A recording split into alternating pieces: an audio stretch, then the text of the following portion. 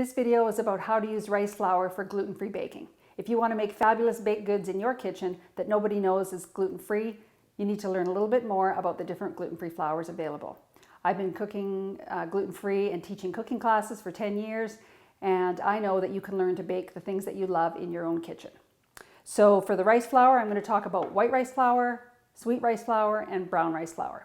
And I'm referring to this downloadable flour guide that I have. I'll put a link in the notes below. I put this on my website and I print it, and it's two-sided. It's got 8 different flours and starches on it, and I use it to refer to when I'm tweaking recipes, or even if you're substituting because you ran out of something. Invariably that happens for gluten-free bakers. So let's look at the rice flour. So white rice flour is finely ground white rice. The preferred texture is really finely ground white rice flour.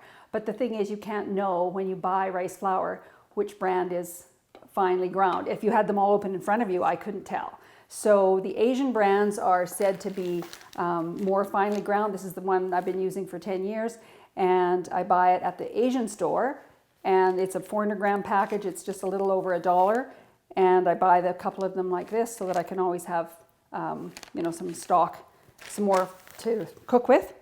And I always label the container and the lid as well. It's good for learning.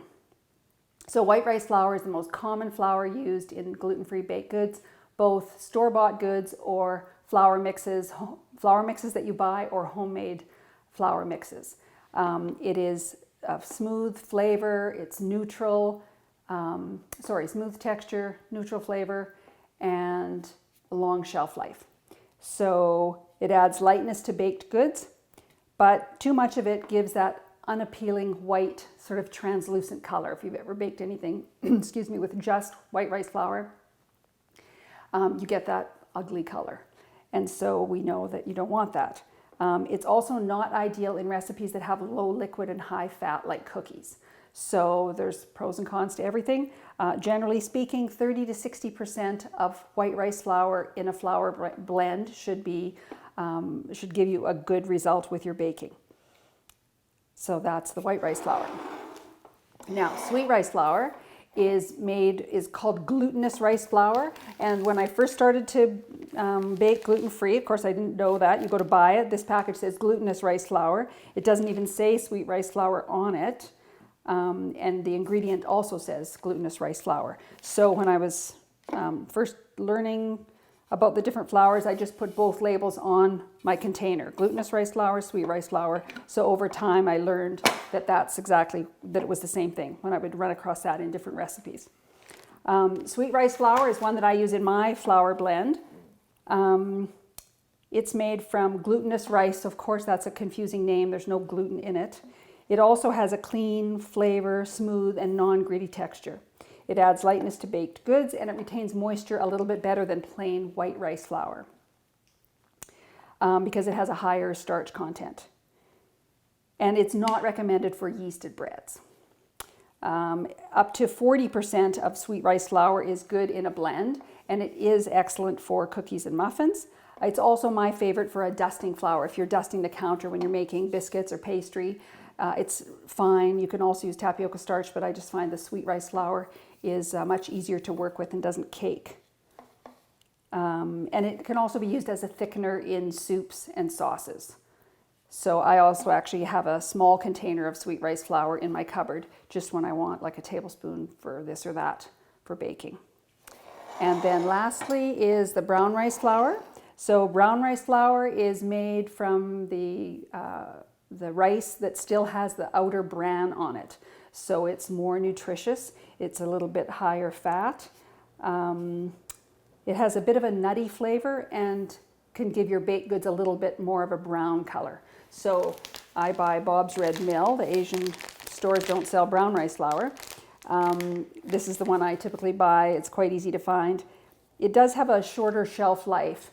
I don't actually keep this in the fridge, or freezer, but I do keep this in the freezer when I buy a brand new one. But the one that I have open and I'm using, I have not created a system to put that in the fridge or freezer. Some brands are known to have an odd earthy flavor. I've actually never had it go bad.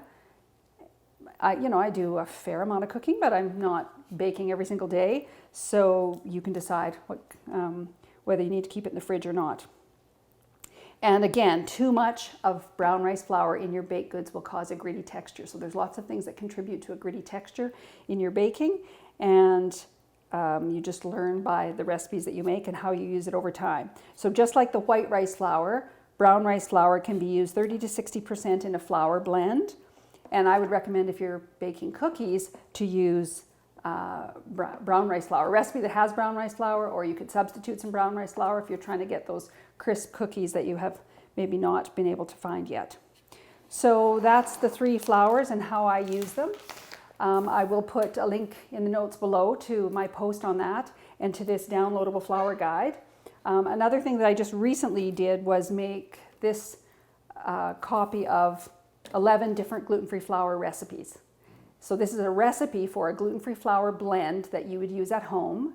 And I use it as a comparison in my cooking classes for people to understand that everyone's comparing and sharing recipes, but you're using different blends. So that's why the results aren't always the same. So people say that it's helpful to see that, oh, so I could substitute this or that, or I didn't know I could use that, or, just the different things that you learn about things you like and don't like in your final product of your baking. So I'll put the link to that as well. And for each of the blog posts I have on my website about these different flours, I give you links of to some recipes on my website that use these flours. So there's lots to learn, and the best way to learn is to get in your kitchen and get baking. This is part of a video series on how to use gluten-free flour in baking.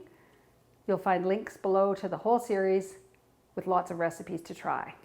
I'm Cindy, the Everyday Gluten-Free Gourmet, sharing tips and recipes from my kitchen for more everyday cooking in yours.